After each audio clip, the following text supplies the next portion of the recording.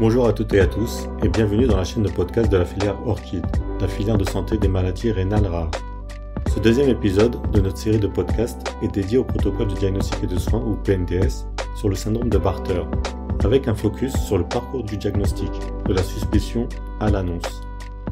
Ce PNDS a été publié en 2021 sur le site de la HAS et a été coordonné par les docteurs Rosa Vargas-Poussou et Anne Blanchard pour le centre de référence MAREA, sous l'égide de la filière ORCID.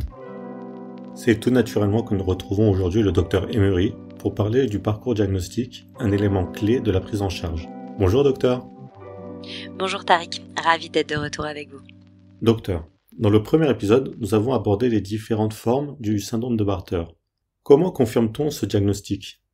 Alors, le diagnostic repose sur un ensemble d'éléments cliniques et biologiques évocateurs, puis la confirmation sera génétique. On commence par des examens de sang et d'urine qui mettent en évidence une hypokaliémie chronique souvent sévère avec une kaliurèse inappropriée, c'est-à-dire que les reins continuent à perdre du potassium alors qu'il en manque dans le sang. Cette hypokaliémie est accompagnée d'une alcalose métabolique. On retrouvera également une déplétion sodée avec une natriurèse et une chlorurie conservées. Et ensuite, on retrouvera un taux de rénine et d'aldostérone augmenté et parfois une hypercalciurie. Certaines caractéristiques cliniques et ou biologiques peuvent orienter vers le type de syndrome de Bartter. Par exemple, une hyperkaliémie transitoire est fréquente dans le syndrome de Bartter de type 2. Une hypochlorémie sévère évoque le type 3. Une surdité est retrouvée dans le type 4 et une macrosomie harmonieuse dans le type 5. Et le diagnostic génétique dans tout ça ?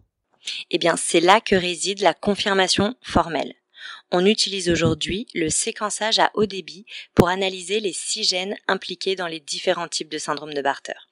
La transmission est autosomique récessive, à l'exception de la forme anténatale transitoire, qui est de transmission liée à l'X. Il est crucial de connaître le type génétique pour anticiper les complications. Par exemple, dans les formes 4A et 4B, on retrouve une surdité neurosensorielle, tandis que la forme 5 est transitoire et s'améliore spontanément, et pour pouvoir proposer un conseil génétique adapté selon le mode de transmission. Revenons un instant sur la période anténatale. Peut-on diagnostiquer le syndrome de Bartter avant la naissance ? Alors oui, dans certains cas. Lorsqu'il y a un cas index connu, on peut proposer un diagnostic moléculaire sur une biopsie de trophoblaste. Sinon, on peut suspecter un syndrome de Bartter sur un hydramnios inexpliqué et récidivant. Une amniosynthèse est alors recommandée afin de réaliser une analyse biochimique du liquide amniotique. Un indice de Bartter, calculé à partir des protéines totales et de l'alpha-fétoprotéine dans le liquide amniotique, peut orienter le diagnostic.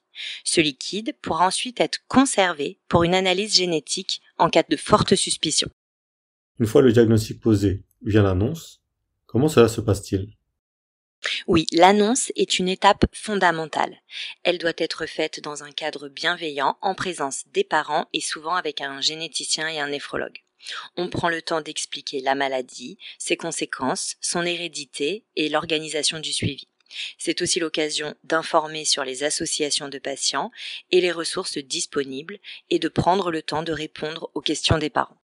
Et pour les fratries ou les parents, propose-t-on un dépistage ? Tout à fait. Dans les formes récessives, on peut proposer un dépistage génétique aux apparentés, notamment en cas de future grossesse. Il est aussi possible d'envisager un diagnostic préimplantatoire ou prénatal pour les parents porteurs. Dans les formes liées à l'X, on identifie les femmes conductrices pour un conseil adapté. Merci infiniment Dr Emery. C'est un processus complexe, mais essentiel pour la bonne prise en charge.